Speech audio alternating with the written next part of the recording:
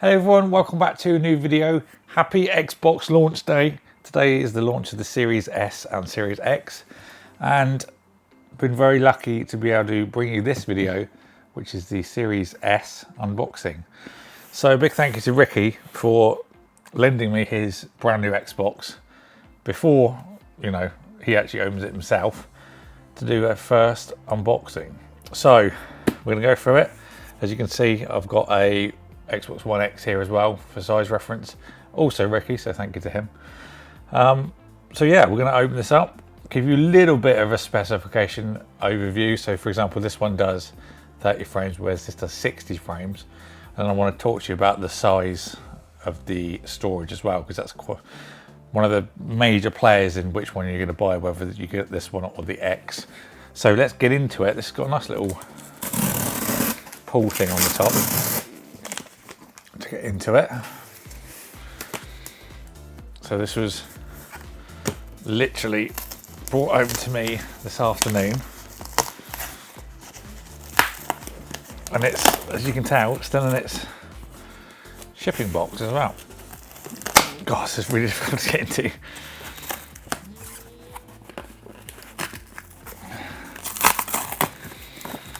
Okay,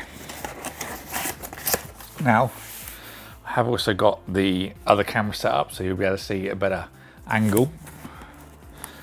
And here we go.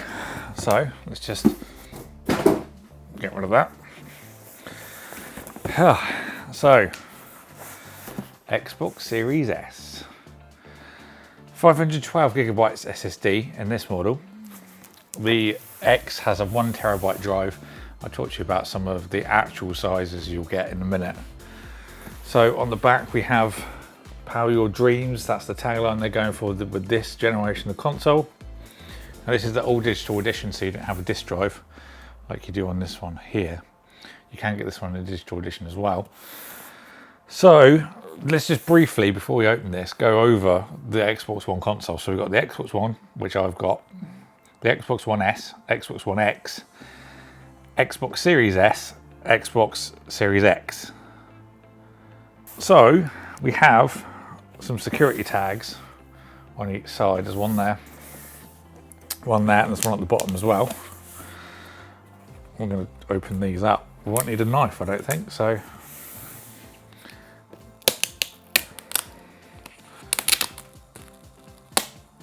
There's a bit, I'm not going to pull it all the way off. It's a little bit annoying that they're the ones that take, sorry about your box, Ricky.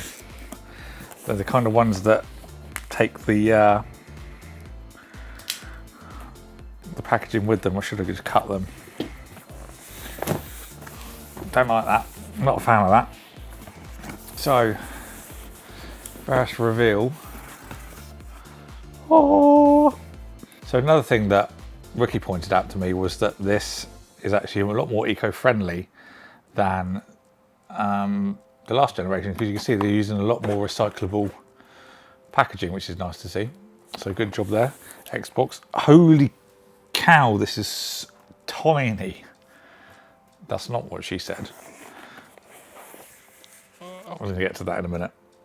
So we have a getting started guide in the bottom, and then in the top we've got a HDMI cable, power adapter, just uses a typical S plug. We've got a product and warranty guide, and then in the right hand side we have the controller. Now this is the Robot White controller, which I really like actually. It's going to sound really stupid, but it's very white. Oh, there's also some batteries in there as well. Nice. Batteries are included. I'm not going to put those in because there's no real purpose, because I'm not actually going to be booting this up. This is ridiculous. Look how small this thing is. So it's got like a little tab you pull, and then some protective material. Now I'm going to cut this nice and carefully. I don't have any plans to get one of these. However, Xbox, Microsoft, if you're watching, I would like to do a review on one. And obviously I'm not going to ask Ricky to borrow his for however many weeks it will take me to review. So if you are watching, guys, I would be more than happy to work with you on doing this. So please send me an email if you do watch this. Where to begin? Look at this thing. Look how small it is. So on the bottom, it's got some rubber pads, whichever way you orientate it. On the backside, there are some there as well. Very small ventilation, something we were talking about earlier. Very, not much in terms of ventilation here. So we've got the strip at the back, and then you've got the black panel. You can just about see through there actually. Get it right angle. So that would be a 120mm fan in there, I would have thought. On the front, we've got USB port and then your pairing button. So if you connect a headset, for example, Xbox logo on the top right, which will double as a power button. Nice physical button rather than the capacitive one that was on the original Xbox One. And then on the back, we've got a plethora of I/O. So we've got a wide internet RJ45, 2 USB ports, HDMI out. There isn't an HDMI in, unlike the previous consoles. You can't do in and out on this one. Expansion slot, which I'm going to get onto in a minute, and then you'll power it in. Also Kensington lock, should you be using this somewhere where you need to lock it up. So actually, before we do the actual console comparison, controller comparison. Quite similar.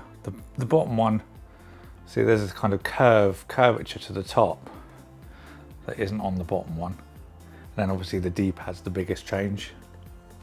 Apart from that, quite similar, because the colours on the top are different.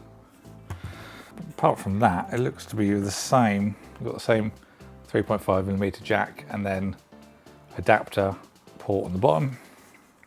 Backs are the same. That's a more smoother trigger than that one. That may just be something that wears with time though. And then you have got USB-C on the new controller over the micro USB, which is always nice to see. There is really no space for micro USB in today's generation of technology. There shouldn't be. There is another button actually in the middle, I didn't notice, on the new controller. But I do like it. It does seem to be slightly whiter as well. Does that make a difference? So let's put the controllers to the side and then compare the console size. That's ridiculous. Now obviously you need to take into consideration that there's no physical disk drive on this one. So that's quite a lot of space already, but external CD drive is quite small nowadays. Actually got one here. So, you know, it's not like that's a major part of it, really. And then in terms of depth and height, you can obviously tell at the same time, but crazy.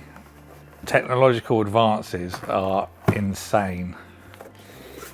So if we put these on top of each other, very carefully, I might add. There we go. So side profile. Crazy. Now, one thing I wanted to talk about was the storage. So this console is a 512GB SSD, and it actually gives you a usable 364GB because of all the software and the operating system that's installed already. So I've got a 512GB Xbox One at home and I filled that up relatively quickly. I don't think that you're going to get away with not adding external storage or using the expansion slot on the back that I did show you. So that means you're going to need to buy a storage expansion card.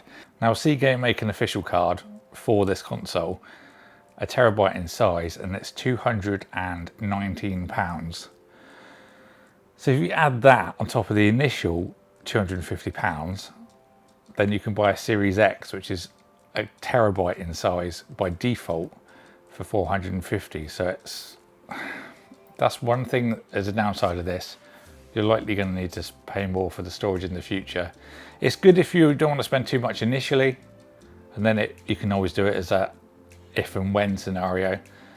But if you're going to be loading this up with games and you know you're going to need that storage in the first place, it might be best to hold off till you can afford the X, so you don't have to deal with the extra expansion cards. But that's the only downside. The Xbox Series X, when you take into consideration the operating system and stuff, you get 802 gigabytes of space.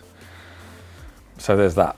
The Series X is meant for 4K, 60 frames, I believe. But you do need to use a TV that's compatible with HDMI 2.1.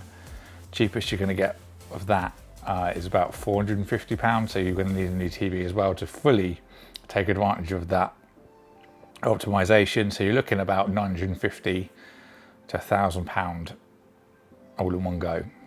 Obviously this you don't have to worry too much because it's not running at quite the resolution the X is, but then you've got storage, potential storage issues in the future. So yes, but that was a first look at the Xbox Series S. Let me know what you think. Will you be picking one up? I can't get over the size of this thing. It's diddy, proper tiny. So let's put these up for a final shot. And there we go. So let me know your thoughts down below. I will put the links in the description if you want to pick up a Series S. I'll put the Xbox One X in there as well if you want to look at those. All a bit confusing with the names, but I'm sure we'll get there, remembering which one's which eventually. So yeah, let me know what you think. Thank you all for watching. If you enjoyed this, don't forget to subscribe, ding the bell so you don't miss an upload. A big thank you to Ricky for sending this to me to do an unboxing of. And I'll see you all in the next one.